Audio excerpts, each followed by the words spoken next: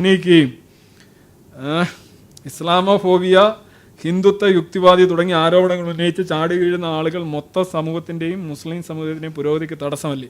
ഞാൻ ആദ്യം വിചാരിച്ച് ക്രിസ്തുമതം പരിഷ്കരിക്കപ്പെട്ടതുപോലെ ഇസ്ലാമിൻ്റെ കാര്യത്തിൽ ഉടൻ പ്രതീക്ഷിക്കാമോ? ഇസ്ലാം പരിഷ്കരിക്കപ്പെട്ടാൽ അത് ലോകത്തിന് വലിയ ഒരു ആശ്വാസമായിരിക്കും.